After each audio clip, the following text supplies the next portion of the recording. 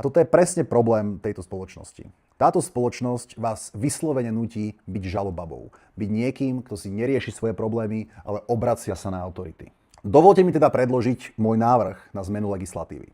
Ak je ku vám niekto vulgárny, alebo je vulgárny k vašemu blízkemu, alebo naruší váš osobný priestor, alebo naruší osobný priestor vašeho blízkeho, a vy mu fyzicky ublížite, tak by to stále spadalo pod nutnú obranu a teda by to nebol trestný čin. Takáto zmena legislatívy by mala množstvo výhod a urobila by náš štát lepším miestom.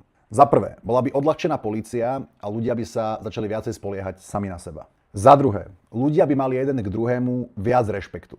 Trikrát by si každý premyslel, ako sa bude chovať k cudzím ľuďom, pretože by vedel, že takéto niečo hrozí. Za tretie, platilo by to aj na internete. Teda napríklad, keby ma stretol Šnídl, muž Peťuš na skle, Marek Mach alebo Joe Trendy a trúfali by si na mňa, tak nič by im nebránilo za mnou dojsť a vyriešiť si to so mnou fyzicky.